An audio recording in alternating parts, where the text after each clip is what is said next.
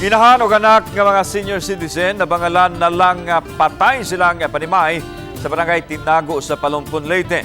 Pareho silang adunay mga samad dinunggaban sa nagadayang pahin sa ilang lawas. Ila mga biktimang silang Josefina Sumayong, 62 anyos, retired teacher o ang iyang inahan nga si Lourdes Verano, 79 anyos, sa pakisusi sa Palumpon Municipal Police Station. Usa sa gisubay nga motibo sa krimen ang pagpangawat. Human nga wala ang pipila ka mga alahas o kwartas mga biktima. Samtang aduna na person of interest ang kapulisan sa nagpadayang pakisusi.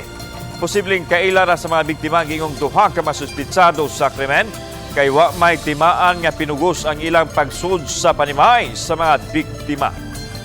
May part ng investigation namin na may robbery din na nangyari kasi parang yung mga kuan doon, yung mga nag-scattered yung mga kuan doon sa loob ng bahay. Pero may na-recover pa din naman kami na pera doon, ma'am, pero hindi na ganun kalaki. Hanggang sa ngayon, ma'am, may mga persons of interest naman tayo, kaya nga nasa labas lahat ng tropa, nagagandak ng investigation, ma'am.